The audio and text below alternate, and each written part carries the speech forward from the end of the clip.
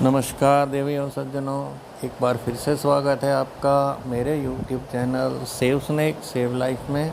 मैं मुकेश हरजानी आपका स्वागत करता हूं मेहसाणा से।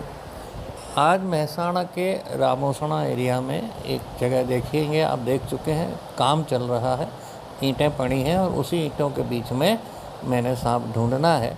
और आज थोड़ा समय लंबा लगेगा दिख रहा है, क्योंकि ईंटें हटाना और वो भी सावधानी से हटाना वो थोड़ा ज़रूरी पड़ता है। अभी हमें पता नहीं है अंदर कौन सा सांप है, जहरीला है कि नहीं जहरीला है, इसलिए ध्यान से हटाना ही पड़ेगा मित्रों। तो मैं आज आपको एक बार फिर से बताना चाहता हूँ कि मैंने एक बार पहले भी मेरे वीडियो में बताया था कि एक होम्योपैथी दवा है नाजा 200।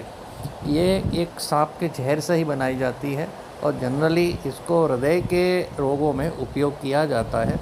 लेकिन कुछ डॉक्टर्स का ऐसा मानना है कि जब नागदंश सर्पदंश अगर आपको होता है तो उसमें यह सहायक बन सकती है। बात सही है मित्रों, डॉक्टर कहते हैं तो, लेकिन वो ये भी कहते हैं साथ में कि ये किसी भी तरह एंटी वेनम नहीं है। जी हाँ, यह सर्पदंश का उपाय नहीं है, उसकी दवा नहीं है। लेकिन कुछ जो आपके पास समय होता है सर्पदंश से डॉक्टर के पास पहुंचने तक का, अगर उसमें लंबा समय है और आपको कुछ और नहीं और ये दवा अगर मिलती है तो सहायता हो सकती है। आपको सांप का जहर जो आपके शरीर में बढ़ रहा है उसकी गति को शायद यह कंट्रोल कर दे और किसी का जीव बच जाए, इसलिए इस दवा का उपयोग कर सकते हैं। उसके लिए उसको जीभ पे करीब 10 ड्रॉप डालनी होती है। अब आज ये दोबारा कहने का कारण मैं आपको बता रहा हूँ कि यह दवा जिस सांप से बनती है उसको कहते हैं क्रेट। क्रेट कॉमन क्रेट के नाम से भी जाना जाता है और यह सबसे जहरीले सांपों में से एक माना जाता है। इसका काटा कई बार पानी भी ना मांगे, ऐसा परिस्थिति भी हो सकती है। और आज आप वही सांप देखने वाले हैं मित्रों, क्योंकि वीडियो बनने के बाद मैं जानता ही हूँ कौन सा है सांप।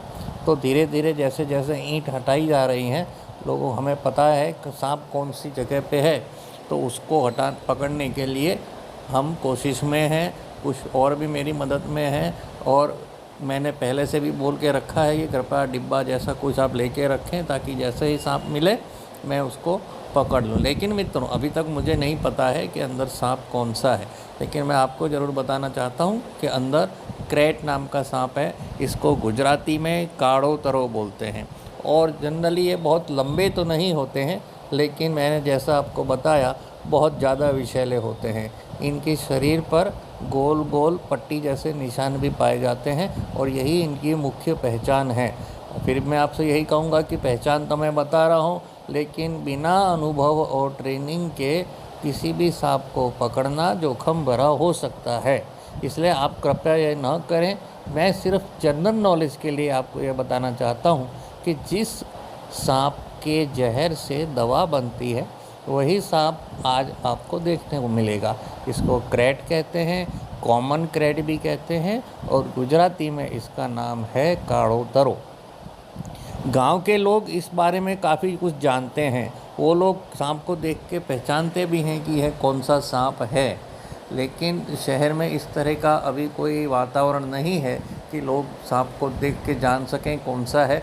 जनरली नाग सभी को पता है, क्योंकि कोबरा, नाग, king cobra, Indian king cobra, यह सब शब्द सभी ने सुने होते हैं और फिल्मों में भी जब सांप दिखाए जाते हैं तो वो नाग ही दिखाए जाते हैं, इसलिए नाग तरह का सांप सभी को मालूम है। लेकिन सांपों के कई प्रकार हैं, उसमें वो कुछ जहरीले हैं, कुछ बिना जहरीले हैं, कुछ जहरीले नहीं हैं लेकिन उनका पकड़ ऐसी मजबूत है मित्रों कि आपकी हड्डी तोड़ सकते हैं।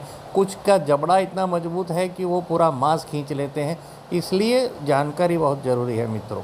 तो अब आप देख रहे हैं कि ईंटें काफ़ी कुछ हट चुकी हैं और सांप अब आने को तैयार है, क्योंकि उन्होंने मुझे बता दिया है कि इस एंगल पे यहाँ पे सांप है और मैं उसी तरह से आगे हटा रहा हूँ धीरे धीरे अपनी स्टिक से सारी ईंटें और कोशिश कर रहा हूँ कि सांप को कम से कम ऐसे पकड़ूँ कि और कहीं भागे नहीं, क्योंकि सांप तो सांप ही है और अब तो पता भी है मुझे कि अंदर कौन सा सांप है, मैं देख चुका हूँ मित्रों, इसलिए उसको ध्यान से पकड़ना ज़रूरी था।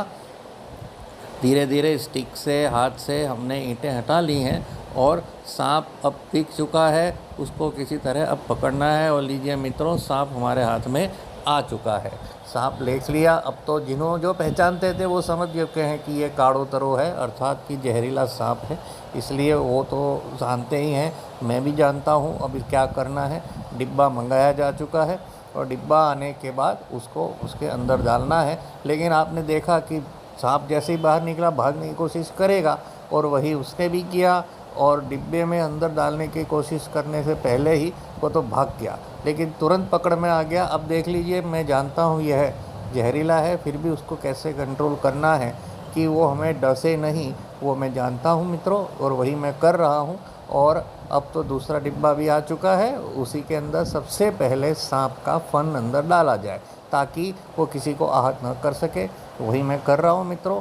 तो आगे से इसी तरह से मैं करता भी रहूँगा। यह सेवा है जो अविरत चालू रहेगी मित्रों।